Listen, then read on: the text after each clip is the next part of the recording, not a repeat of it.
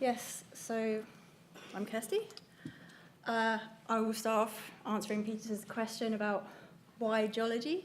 So I've always been interested in rocks, fossils, pictures of me as a child. I'll embarrass myself now. So clearly I've got a very early dinosaur obsession. I don't know whether you can see that. And this is me and my siblings, and I probably asked to go climb that rock and collect it.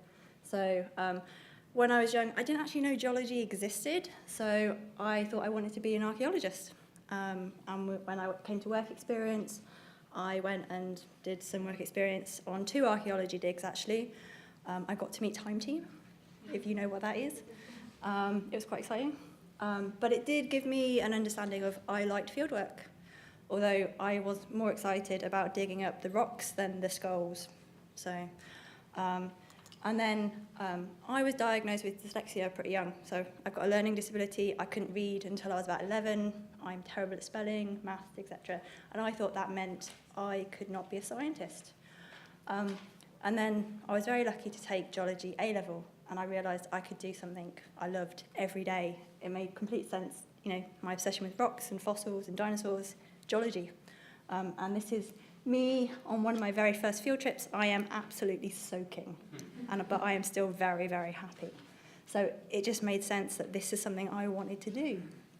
I was also very interested in art. This was something I thought, what do I want to do, art or do I want to do science?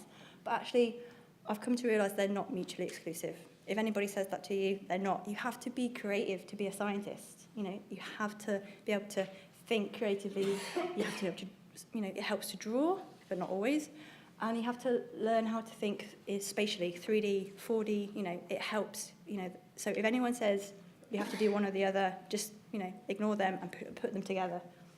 So my career so far, here is my CV. I did geology A-level, as I said. And then I said I liked art. I went to art college. Just, did my A-level, thought, why not? I'll go do art. And then I went back and I did my degree. And then I went into industry, enjoyed that, and I thought, I want to go do a PhD. I went back into education and I went and did my PhD. And then I thought, I'll go back to industry. And then I did that for a few years and I thought, I'll go back. And so now I am a postdoctoral research associate at university. So as you can see, I have jumped around a bit. But that has given me quite a good insight into different types of careers. And I like to remain flexible, and I like to have quite a broad,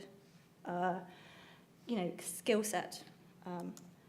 I haven't followed any defined career path.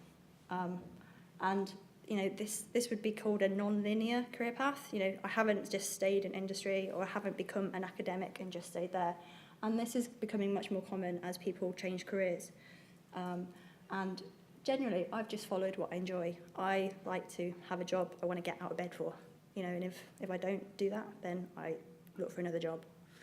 So, and as I said, this has happened recently.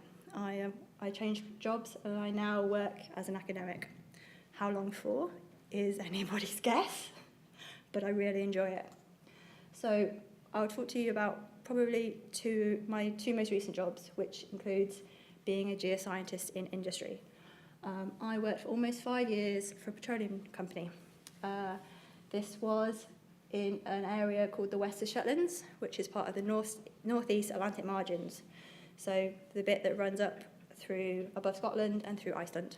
It's part of the rift system, so there's lots of old basalts and lava flows, and there is a working petroleum system there right now. And these are so it's up here, so Scotland, the Shetland Islands and the Faroe Islands, and these are some of the key fields that I worked on, so something called Cambo and Rosebank, Lagan Tormore, Edudor, and there's a pipeline going onto the Shetland Islands. I don't know if anyone's heard of it, it was in the news a while ago, but this is where we get some of our gas from. And I was employed because of my PhD research. So the company approached me, we've heard about your work, we'd like you to work for us. So I worked there, and I was employed to do a range of things. So quite typical for the oil and gas industry. So some of those fields that I mentioned earlier, This is a very artistic rendition. This is Edredor, Lagan and Tormore.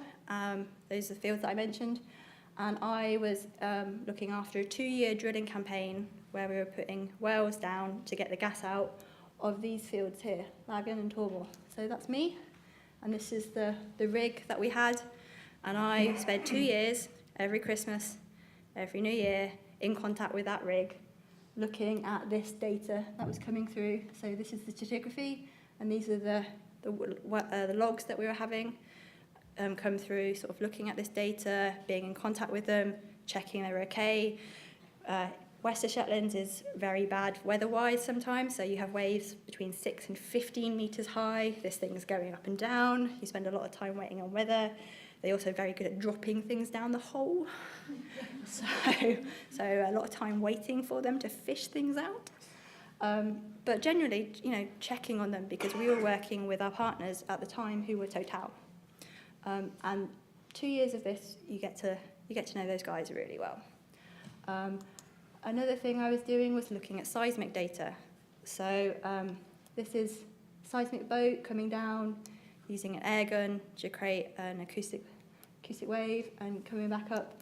And this is generally what it looks like. It's kind of like ultrasound, but for the subsurface. And we were interpreting it to understand what the rocks look like below. And I spent a lot of time doing this, sort of interpreting these and trying to look for oil and gas, or just not only looking for oil and gas, but trying to understand sort of the depositional history, the fault system, understanding the geological history of an area. And then if we had wells that were coming through, so these are 2 of the wells that I'd previously mentioned that we were looking at.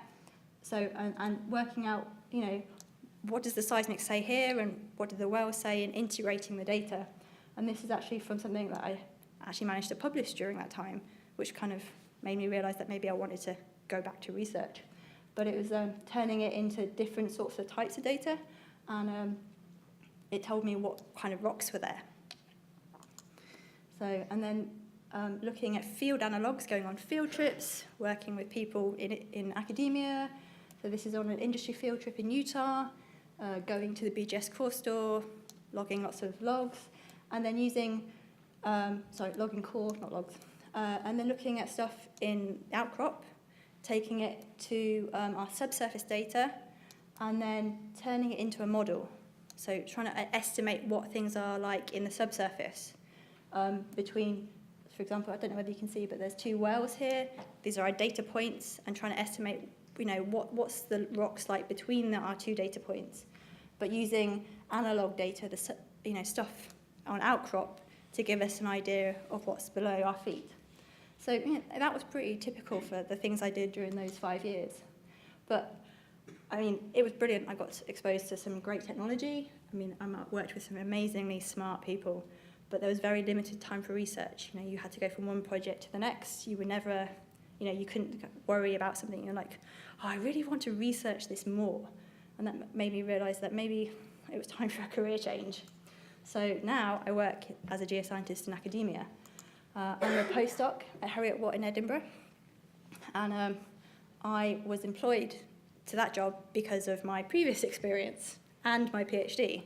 So you can see that I'm accumulating experience, and it all helps to get me the next job. So I'm investigating Cenozoic uplift, still in the same area, but looking at a slightly different problem. So I'm looking at what happens when you take a basin up and then it goes back down again. And I'm looking at what that does to the basin and the petroleum systems. So when that happens, sometimes you get these channel systems which get preserved. It's the effect of taking a basin above sea level, gets incised and then goes back down. And I'm still working with industry. I'm getting to collaborate with them, but on the other side. And I'm doing logging, stratigraphic correlation, and I'm actually getting to model sort of like forward modelling the basin, which is really very, very interesting. So this is me presenting and learning to code, which is really hard. And I'm continuing to do some work for my PhD. So my PhD was on volcanic seismic stratigraphy. It's a very long title. And this was in the area I previously mentioned, above Scotland, in the West of Shetlands, and which is here. So this is the northeast Atlantic margin, the West of Shetlands, there's Iceland. So Iceland's obviously active, but in the past, the margin was closer to here, and we had massive outpouring of basalt, so lavas.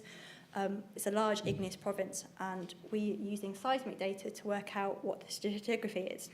And this is one area, this is from my thesis.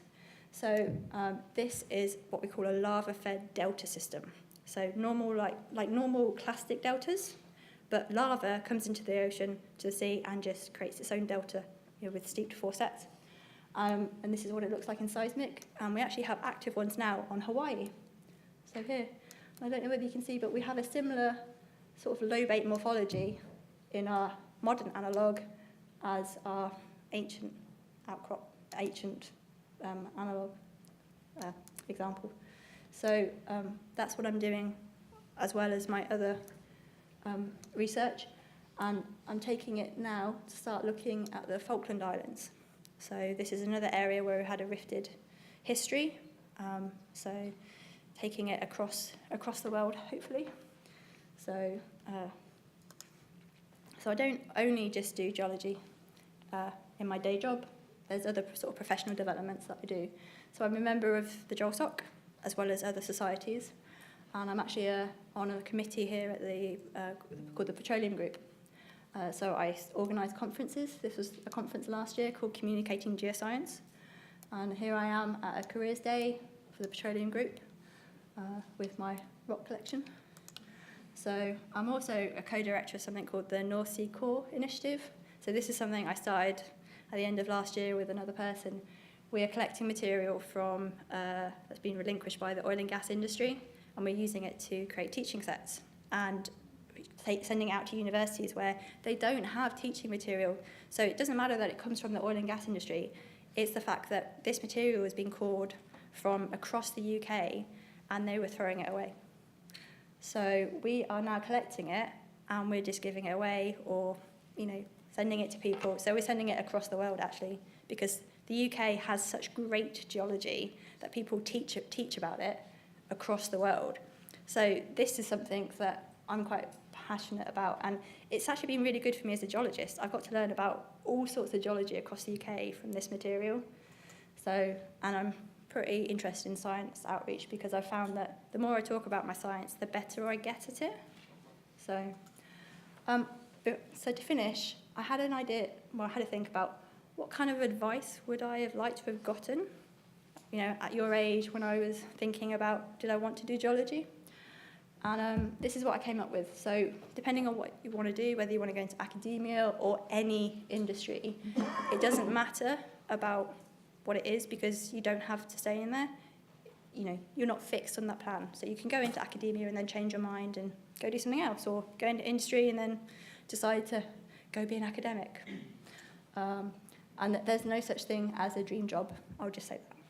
I mean, you can dream about it, but I think you'll find that as you go along that there are many, many dream jobs. And work experience is really key. You don't know where you'll end up. Geology prizes technical ability, but we get so many transferable skills. I would really remember that. Whenever you're writing a CV, don't forget your transferable skills. Geoscience is really a changing industry, and I think Joel said that brilliantly. I mean, we really need geoscientists. I think there's so many jobs for you guys. Rachel said this. I'm saying who you know is almost as important as what you know. So be nice to people. But you mentioned, it's a really small community, and it's really great because you get to meet so many friends.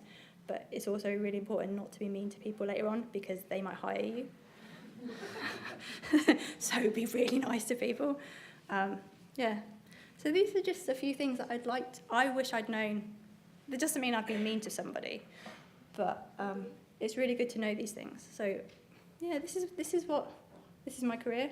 I get bored easily and move jobs a lot, but I've enjoyed every single one of them, and I look forward to my next job. So that's me. Thank you.